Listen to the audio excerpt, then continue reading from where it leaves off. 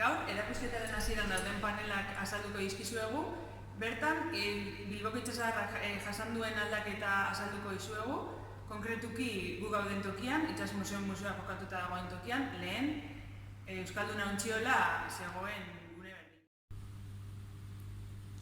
Argazki hauetan Euskalduna Ontziola ikus daiteke, hain zuzen ere gaur egun Itsas Museoan kokatuta dagoen tokian. Lehenengo irudian, 1917ko ekainak 9koa dena, Artagan mendi ontziaren uretaratzea ikus daiteke.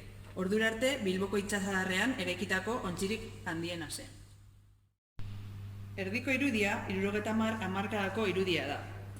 Bertan, ikus daiteke zein handia zen Euskalduna Ontziolaren tamaina, Deustuko zubiraino heltzen zelarik. Azken irudi hau, 2010ko irudia da. Gaur eguneko itxura ikus daiteke, zenbait gauza aldatu diren arren.